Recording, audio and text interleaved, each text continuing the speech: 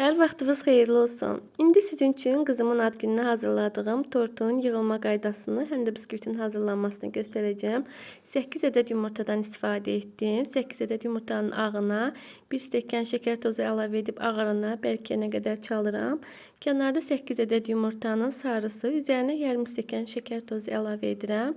Ağarana qədər çalıram və qarışımı əlavə edirəm. Ehmalca qarışdırıram.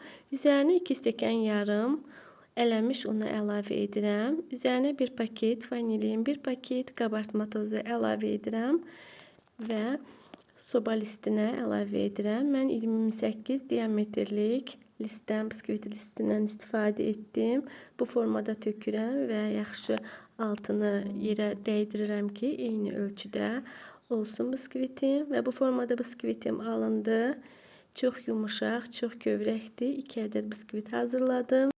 Hər bir biskviti ortadan bölürəm və 4 ədəd korjum alınacaq.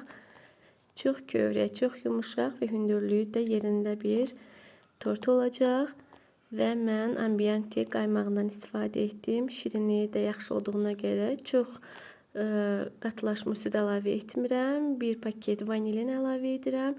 3-4 yemək qaşığı qatılaşmış süd əlavə etsək yetərli olacaq.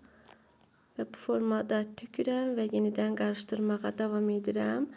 Biskviti nəmləndirmək üçün kənarda 2-3 yemək qaşığı qatılaşmış süd, üzərinə yarım stəkan su əlavə edirəm və qarışım hazırdır.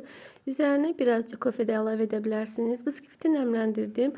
Üzərinə kremi əlavə edirəm. Qaynamış kuşonka ilə karamelli mikser ilə çalıram və ona əlavə edirəm.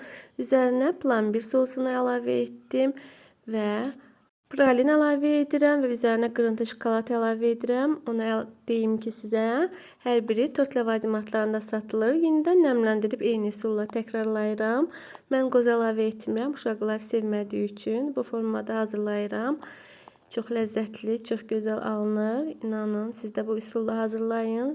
Həm sosunu, həm də ki, içliyini bu üsulla hazırlasanız çox ləzzətli bir tortunuz alınacaq.